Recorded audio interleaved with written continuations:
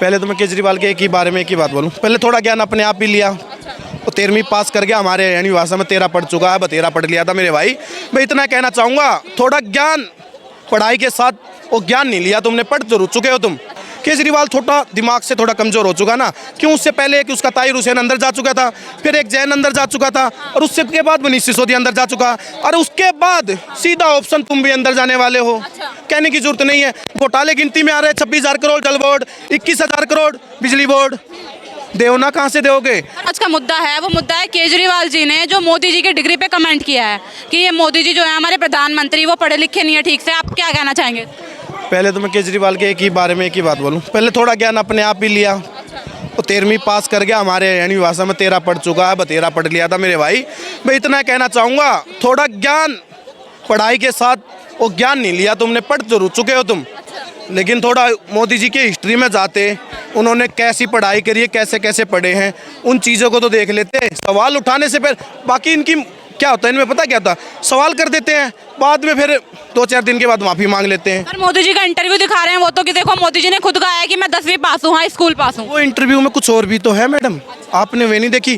कैसे वो घर से आए थे, घर के आने के बाद कैसे उन्होंने आरएसएस ज्वाइन करके फिर कैसे डिग्री करी थी, वे चीज़ें सब बताई है मैडम।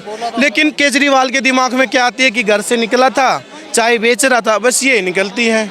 केजरीवाल थोड़ा दिमाग से थोड़ा कमज़ोर हो चुका ना, क्यों? उससे पहले कि उसका ताहिर हुसैन अंदर जा चुका था, फिर एक जैन अंदर जा चुका था, और उससे के बाद मनीष सिसोदिया अंदर जा चुका, और उसके बाद सीधा ऑप्शन तुम भी अंदर जाने वाले हो। कहने की जरूरत नहीं है। घोटाले गिनती में आ रहे हैं, 26,000 करोड़ जल बोर्ड, 21,000 करोड़ बिजली बोर्ड।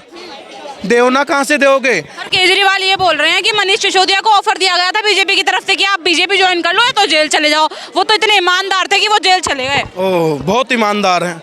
सारे देश के ईमानदार इनकी पार्टी में है। एक ईमानदार पंजाब में बैठा इनका, भगवत मान शराबी, जो पी के टहलता है, बातें ऐसी करता है कि जिसका छप्पर भी गिर गया हो ना, मैं आऊँगा घर पे छप्पर बनवाऊँगा, ऐसी बात बोलने वाला भगवत मान भगोड़ा जैसे शराबियों की तरह घूमता फिरता, बाहर जाता है, पी के ऐसे गिर जाता है। उनके बारे में तो मैं बात ही नहीं करूँगा। रही बात केजरीवाल की, केजरीवाल जी थोड़ी शर्म कर लो। तुम बार बार कहते हो संसद में उठ खड़े होके शर्म करो शर्म करो, मैं तुमसे कह रहा हूँ शर्म कर लो। आज वो पराली जल रही थी, तुम्हें उस पर नहीं आता? जब कहते हैं कि हरियाणा पंजाब से प्रदूषण आता था, उस पर बोलते नहीं क्यों? पंजाब में तुमने सरकार बना ली, अब तो तुम्हें प्रदूषण का कोई दिखाई नहीं दे रहा। बहुत चीज़ें हैं जो केजरीवाल सरकार में आने के बाद ऐसे ऐसे हो जाता। जैसे इसकी सोच वैसे इसके काम। ताहिर हुसैन पे कभी नहीं बोलेगा, जैन पे कभी नहीं बोलेगा, मनीष सिसोदिया पे कभी नहीं बोलेगा। क्यों? उनके लिए वे सही हैं, जो दंगे कराते हैं, एक के साथ एक फ्री देते हैं। अगर आप किसी दिल्ली के स्कूल में किसी से पूछोगे ना कि आपका शिक्षा मंत्री कौन था, वो शिक्षा मंत्री नहीं बताएगा। भैया यार गलती सी हो गया, छोटी सी गलती एक हो गई हमसे, एक दारू मंत्री शिक्षा मंत्री बना दिया, हमारा करियर खराब कर दिया।